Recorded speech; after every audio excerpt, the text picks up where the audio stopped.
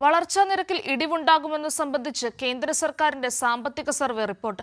നടപ്പ് സാമ്പത്തിക വർഷത്തിൽ 6.5-നും 7% ഇടയിൽ മാത്രമായിരിക്കും GDP വളർച്ച.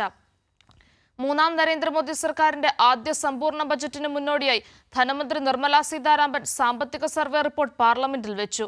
ഇന്ത്യയുടെ ധനക്കമ്മി 2025-26 GDPയുടെ 4.6%-ലേക്ക് താഴുമെന്നും സർവേ പറയുന്നു. സാമ്പത്തിക അസമത്വം രൂക്ഷമെന്നും ഭക്ഷ്യവില കുതിക്കുന്നുവെന്നും സാമ്പത്തിക സർവേ റിപ്പോർട്ട്. 8.2% വളർച്ചാ നിരക്കിൽ നിന്ന് 1%-ഓളം വളർച്ചാ നിരക്ക് കുറയുമെന്ന് വ്യക്തമാക്കുന്നതാണ് ധനമന്ത്രി നിർമ്മല സീതാരാമൻ പാർലമെന്റിൽ വെച്ച സാമ്പത്തിക സർവേ റിപ്പോർട്ട്.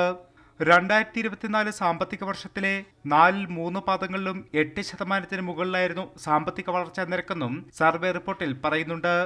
പണപ്പെരുപ്പ സമ്മർദ്ദങ്ങൾ ഭരണപരവും പണനയവുമായ ഇടപെടലുകളിലൂടെ സമർത്ഥമായി കൈകാര്യം ചെയ്തുവെന്നും റിപ്പോർട്ടിൽ പറയുന്നു.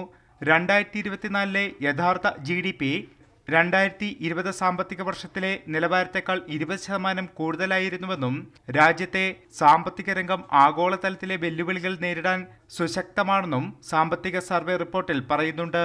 നികുതി വരുമാനത്തിലെ വർധനവ്, ചെലവ് നിയന്ത്രണം, ഡിജിറ്റലൈസേഷൻ എന്നിവ ഇന്ത്യയുടെ സന്തുലിത സാമ്പത്തിക സമീപനം കൈവരിക്കാൻ സഹായിച്ചുവെന്നും സർവേ ചൂണ്ടിക്കാട്ടുന്നുണ്ട്. ഇന്ത്യയിലേക്കെത്തുന്ന വിദേശ നാണ്യം 3.7% വർദ്ധിച്ച 2024 $124 ബില്യൺ, 4% വർദ്ധിച്ച 2025 $129 ബില്യൺ എത്തുമെന്ന് സർവേ പ്രതീക്ഷിക്കുന്നു.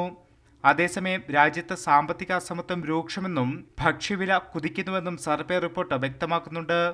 രാജ്യത്ത് ഭക്ഷ്യോൽപ്പന്ന നിലവാരം കഴിഞ്ഞ 2 വർഷത്തിനിടെ ഇരട്ടിയായെന്ന് സർവേ പറയുന്നു.